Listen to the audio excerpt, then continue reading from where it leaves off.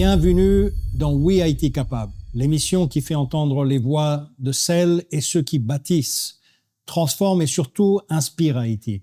Aujourd'hui, nous recevons un invité dont le parcours est aussi impressionnant qu'engagé.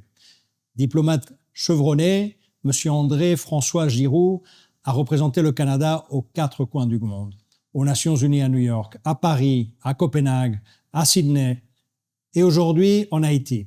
Il a piloté des dossiers aussi stratégiques que la non-prolifération des armes, les grands sommets internationaux et les accords commerciaux. Il a aussi dirigé le protocole officiel du gouvernement canadien, incarnant ainsi l'excellence de la diplomatie de terrain. Depuis octobre 2023, il représente le Canada en Haïti, un pays qu'il n'observe pas de loin, mais surtout qu'il parcourt, qu'il écoute et pour lequel il agit, avec rigueur et respect. Monsieur l'ambassadeur, c'est un grand privilège de vous avoir avec nous dans le cadre de ce dialogue, dans le cadre de cette émission We Haïti Capable. Merci beaucoup. En fait, le privilège, il est pour moi. Ça me fait vraiment plaisir de contribuer à cette émission. Alors, commençons par quelques impressions. Et je pense que Haïti est un pays qui émane de l'intérêt, mais aussi des sensations fortes. Vous avez à peu près 2 ans dans le pays, vous avez sillonné le pays de long en large, vous avez rencontré des Haïtiens et des Haïtiennes à tous les niveaux. Et à partir de ces expériences, qu'est-ce qui vous a marqué le plus comme diplomate, mais aussi comme être humain? En fait, j'aime bien dire que mon expérience haïtienne, elle a commencé il y a déjà 26 ans. En fait, je devrais même dire qu'elle a commencé il y a 40 ans parce que j'avais un professeur qui a beaucoup marqué mon parcours au secondaire qui était d'origine haïtienne. Mais la vraie expérience haïtienne, je suis venu ici en visite de reconnaissance, visite de travail. J'étais jeune diplomate aux Nations Unies à New York. Le Canada est au Conseil de sécurité. J'étais responsable du dossier haïtien et j'avais eu l'honneur, la chance, le privilège d'accompagner notre représentant spécial à l'époque. On avait vraiment fait la tournée de tout. On est allé rencontrer le président Préval à l'époque, l'opposition. J'avais même fait une visite de terrain dans le Grand Sud. Donc, quand je reviens 24 ans plus tard, c'est vraiment les impressions, c'est que malgré tout ce qui s'est passé, le tremblement de terre notamment, j'ai ces flashbacks qui reviennent continuellement, ces souvenirs, ces couleurs. Oui, c'est la merveille de la résilience haïtienne, les artistes, les travailleurs du fer, les peintres, la musique, évidemment. Et cet intellect, ces gens intelligents, articulés, qui comprennent les défis auxquels le pays fait face, mais qui souvent sont un peu captifs d'un système. Et donc, on est là pour ça. On est là pour essayer d'accompagner, puis de voir comment on peut faire ressortir ces forces vives, leur donner leur plein potentiel. Et donc, restons dans les forces vives, qui est un peu l'intentionnalité de ce programme. On parle toujours d'Haïti depuis un prisme sécurité, gouvernance, chaos. Je peux parler aussi d'insécurité, pour le dire. Quelles sont les histoires que vous pensez qui justement montrent cet Haïti, ou vos expériences, qui est cet Haïti qui avance, qu'on ne raconte pas assez, et que peut-être on devrait mettre en avant, et cette plateforme en est une pour justement les mettre en avant? Oui, c'est vrai que si on se limite aux grands titres des journaux, c'est vraiment réducteur. Parce que, les médias aiment le sensationnalisme. Les gens heureux n'ont pas d'histoire. On dit ça souvent chez nous. On cherche toujours. Mais je peux vous dire, qu'est-ce qui nous frappe? C'est cette force, la force des femmes haïtiennes, la force des communautés haïtiennes, la force des jeunes. Ces gens qui avancent, qui continuent. Aussi, cette grande solidarité, c'est très marquant. Quand on sort, on se rend compte, il y a beaucoup, on sait, il y a maintenant 1,6 million de déplacés internes. Ces gens-là, ils sont accueillis dans leur famille, accueillis dans des communautés. Évidemment, il y a des cas, mais il y a cette solidarité qui fait vraiment chaud au cœur. Donc, quand les défis sont immenses, mais les forces vives, la population haïtienne est là et c'est ce qui continue à me donner espoir dans l'avenir. En revenant sur vos propos, on sait tous que le Canada est un partenaire de longue durée et un partenaire très proche d'Haïti. Et via votre coopération, vous appuyez des domaines tels que la gouvernance, la sécurité, la justice, dont tout le monde parle, mais aussi des éléments de construction qui ont une vision de futur, qui ont une vision de développement, notamment à travers des domaines sociaux, des domaines de la santé et aussi dans l'humanitaire. Et donc, la question que tout le monde se pose, c'est où est-ce qu'on trouve un équilibre entre justement des actions qui ont une visée de développement, qui sont plutôt à moyen long terme, et des actions qui ont une finalité plutôt de court terme, notamment dans le sécuritaire. Où est-ce qu'on trouve cet équilibre entre les deux et comment on peut s'atteler et quelles seraient naturellement ces articulations qu'on pourrait établir? Ben, comme tu l'expliques bien, c'est important d'agir maintenant, mais avec une vision à long terme, c'est essentiel. On ne peut pas négliger demain, mais il y a une crise aujourd'hui. Et ça explique bien l'approche canadienne. Ces dernières années, au niveau de la sécurité, on a beaucoup augmenté notre présence, notre collaboration. Doublé, en fait, parce qu'on a toujours appuyé la police nationale depuis sa création en 1995, mais ces dernières années, on a vraiment mis un effort supplémentaire parce qu'on reconnaissait les défis.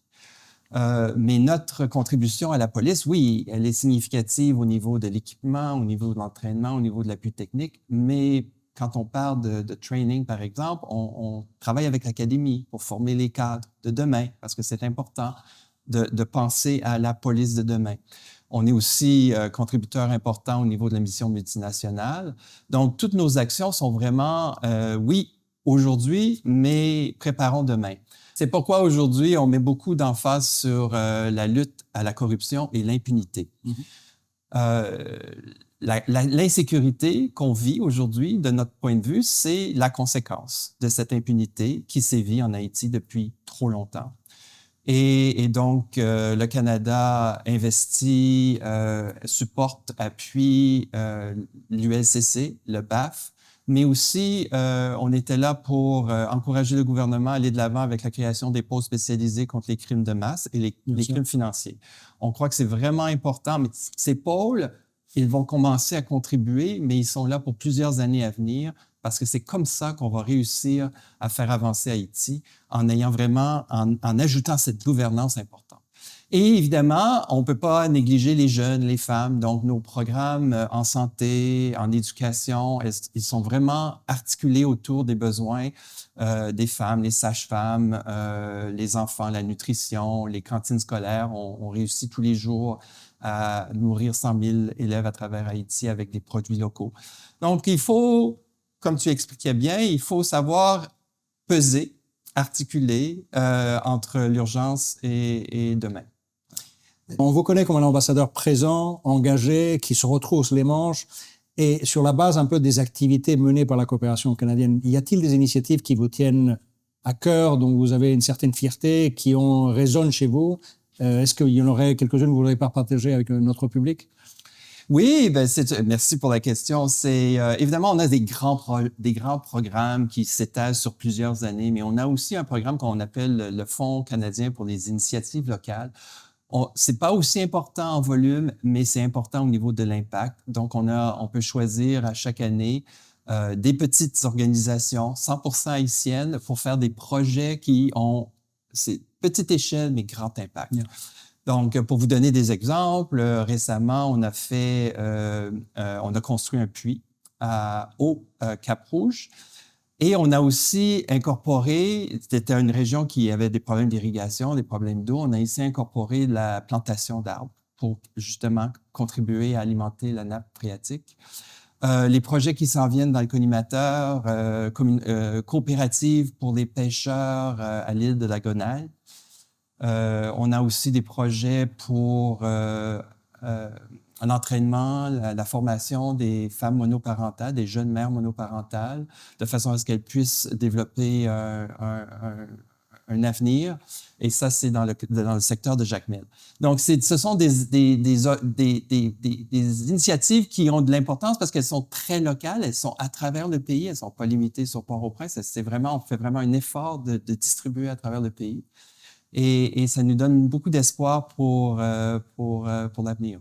Oui, justement, et moi je vous ai vu personnellement, mais on vous voit justement très présent avec la jeunesse, avec les femmes, la société civile. Est-ce cela un choix diplomatique ou personnel ou les deux? C'est vraiment les deux. Ce serait faux de dire que pour le Canada, la société civile, nous croyons la société canadienne s'est construite avec cette société civile qui était un peu un reflet de l'opinion publique et qui était une façon, de notre point de vue, à maintenir le politique sur la pointe des pieds. C'est important. Le pouvoir absolu, ça ne sert jamais personne et on croit beaucoup que la société civile a ce rôle fondamental de construire la société, mais aussi de garder la société honnête. Et c'est pour ça, donc, au niveau diplomatique, on encourage. C'est parce que c'est l'avenir. Mais personnellement aussi, c'est tellement engageant de travailler avec la population, les vrais, les jeunes, que ce soit les femmes ou les jeunes, l'avenir d'Haïti. C'est vraiment quelque chose qui me tient à cœur, mais qui, je sais, qui est très important pour mon pays aussi. L'avenir du pays d'Haïti, il est vraiment entre les mains de ces jeunes qui vont le construire. On est totalement d'accord là-dessus. Et justement, en revenant à peut-être un dicton, ce qui se dit que Haïti est un pays où il faut être patient. Mais on sait de l'autre côté que nous avons aussi une jeunesse, pour citer la jeunesse, qui est impatiente, qui veut justement voir ses opportunités le lendemain, qui veut répondre à ses besoins le lendemain. Et on a aussi naturellement une société haïtienne qui veut répondre à la nécessité de retourner à une situation sécuritaire, à de la paix, à une cohésion sociale demain. Où est-ce qu'on peut trouver cet équilibre, sachant que est-ce que peut-être, et pour provoquer un peu, ce dicton, cette phrase d'être patient, peut-être est-ce cela une excuse ou il y a une façon de trouver un équilibre entre des actions que l'on peut mener tout en étant conscient qu'on ne pourra pas trouver des résultats dans l'immédiat?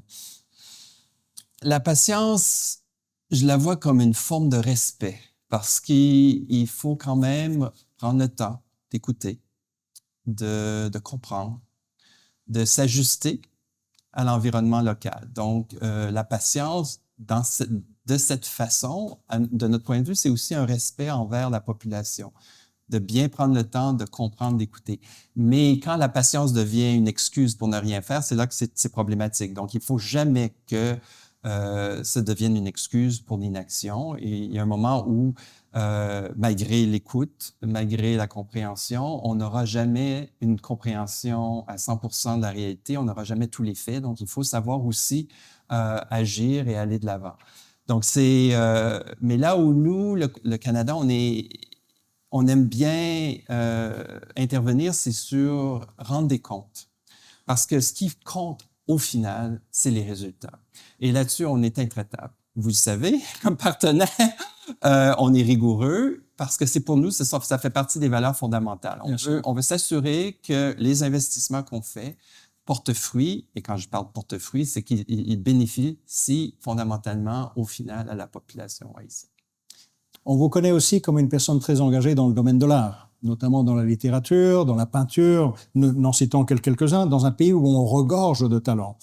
Et on sait qu'aussi l'art est aussi un véhicule pour transmettre des messages et pour galvaniser un public, pour aussi l'orienter, leur donner des visions. Et aussi cela dans le domaine politique. Comment vous voyez cette effervescence de l'art et ce rôle peut-être constructif, positif que cela peut avoir dans la société haïtienne? Les artistes, ils nous font rêver. Ils nous donnent l'espoir, mais ce que je trouve fascinant ici, c'est leur capacité de transformer l'horreur en beauté, l'histoire en conscience, le rêve en action. Et les artistes haïtiens, que ce soit au niveau de la peinture, de la littérature, de la musique, des forgerons, ils ont cette capacité de mettre de la couleur. Même certains peintres j'ai acheté une toile magnifique dans des bleus, toutes les nuances de bleu, mais derrière, il y a ces visages qui peuvent être interprétés de plusieurs façons, mais qui donnent aussi cet espoir. Donc vraiment, d'un point de vue personnel, de pouvoir partager avec ces artistes, c'est vraiment une expérience unique. Donc, en revenant un peu, on parlait d'une relation de longue durée du Canada et on sait que le Canada a une relation d'histoire croisée avec une diaspora, des échanges à tous les niveaux. Et cela est un élément aussi qui fait partie de votre rôle comme ambassadeur. Comment vous prenez en considération naturellement cette proximité d'une relation qui est très privilégiée avec Haïti? Ben, je parlais tout à l'heure de mon professeur lorsque j'étais au secondaire. Tous les Canadiens, surtout les Montréalais, ont un ami haïtien. Donc, la diaspora, elle est vibrante, elle est là. Il y a même des mots du langage courant français canadien maintenant qui incluent des mots de créole. Donc, c'est pour vous dire à quel point la diaspora haïtienne fait partie de la mosaïque multiculturelle canadienne. Et ce sont ces liens qui rendent les relations si riches. Hein. Les institutions, oui, on a des relations avec les institutions, mais les institutions, ce sont des organisations de gens. Les institutions n'existent pas s'il n'y a pas les gens qui sont là. Donc, il faut toujours revenir à la base, que ce sont les relations humaines, les échanges, qui nous aident à avancer. Et vraiment, la diaspora, je sais, elle est engagée. Elle veut contribuer, elle contribue. Et elle est très critique aussi. Les rencontres les plus difficiles que j'ai eues, c'est avec la diaspora canadienne à Montréal. Parce qu'ils connaissent le pays et puis ils acceptent pas la langue de bois de leur gouvernement. Donc, et je les remercie pour cet engagement parce que c'est vraiment, ça nous fait, il n'y a rien comme cette opposition qui nous force à être meilleurs, à s'élever puis à faire mieux. Monsieur l'ambassadeur, je voudrais terminer avec un point qui nous est extrêmement cher, c'est le thème de la jeunesse, qui fait partie un peu de l'essence même du programme We IT Capable, sur lequel on veut miser et sur lequel on est porteur d'espoir. Nous savons tous que la jeunesse haïtienne représente plus de la moitié de la population, à peu près moins 54% de la population a moins de 25 ans. C'est aujourd'hui un dividende démographique sur lequel il faut capitaliser, mais on sait aussi que si cela n'est pas fait, ça peut se retourner contre nous. Comment on peut profiter de ce momentum, sachant que cette jeunesse, c'est une jeunesse qui est communiquée avec le reste du monde, qui a d'autres repères, qui a d'autres ambitions, qui voit le monde d'une façon différente, qui a d'autres attentes. Comment les prendre comme un élément de levier et porteur d'espoir et d'opportunité et créer ce nouveau leadership dans le pays qui est naturellement nécessaire? Oui, effectivement, c'est le fait que la majorité de la population soit jeune, c'est pas juste un fait, c'est une force. C'est vraiment une opportunité, c'est une promesse. Et effectivement, cette jeunesse, elle est allumée, elle est intelligente. Si j'avais un message pour les jeunes, c'est vraiment celui-ci, c'est je vous je vois votre intelligence, je vois votre entrepreneuriat, je vois vos rêves. Je vois aussi les obstacles auxquels vous faites face et les frustrations. Mais je vous dis, n'abandonnez pas. Ce ne sera pas facile. La route sera longue, mais l'avenir du pays est vraiment entre vos mains. Et c'est pas l'heure du cynisme. Je vous dis vraiment, allez-y. Vous êtes capable. Oui, Haïti capable. Vous avez devancé la dernière question que je voulais vous poser. C'était justement le message que vous vouliez porter aux jeunes. Donc, sur ces paroles, et vous l'avez dit, nous croyons tous sur cette potentialité qui émane d'abord de la jeunesse et des multiples effets de levier qu'Haïti peut présenter, et que cette jeunesse aujourd'hui est un élément extrêmement porteur d'espérance et sur lequel on doit bâtir et construire. Sur ces paroles, Monsieur l'ambassadeur, je voudrais vous remercier. C'est un vrai luxe de vous écouter, de par votre lucidité, mais aussi le message d'espoir que vous apportez et de conviction qu'un autre Haïti est en train de se construire, qui a des opportunités, et bien qu'on soit lucide que certaines réalités doivent être gérées et naturellement abordées avec un certain degré d'impatience, comme on en parlait avant, il y a cette construction à futur qui doit être prise en compte, et là, la jeunesse et d'autres éléments doivent être pris en considération. Monsieur l'ambassadeur, je vous remercie et je vous dis à la prochaine peut-être, on pourra vous réinviter. Absolument, n'importe quand. Merci beaucoup, c'était vraiment un honneur. Merci. Merci, ambassadeur. À très bientôt. Merci. Un grand merci à l'ambassadeur Giroux pour cette conversation honnête et pleine de clairvoyance qui nous rappelle que l'espoir ne se décrète pas, il se construit. Haïti ne sera pas sauvé par des promesses creuses, mais par des alliances fortes, des actions audacieuses et une confiance sans faille en son potentiel. Ce pays est un pays fertile, riche d'idées, de talents et d'une énergie prête à éclore. Chaque jour, des femmes et des hommes, ici même, façonnent ce futur possible. C'est cette force vivante que nous célébrons ici avec une conviction claire. Oui, Haïti capable. Merci d'avoir partagé ce moment avec nous et avec Monsieur l'ambassadeur. Faites entendre votre voix, diffusez cette énergie. On se retrouve très vite pour un nouvel épisode de Oui, Haïti capable.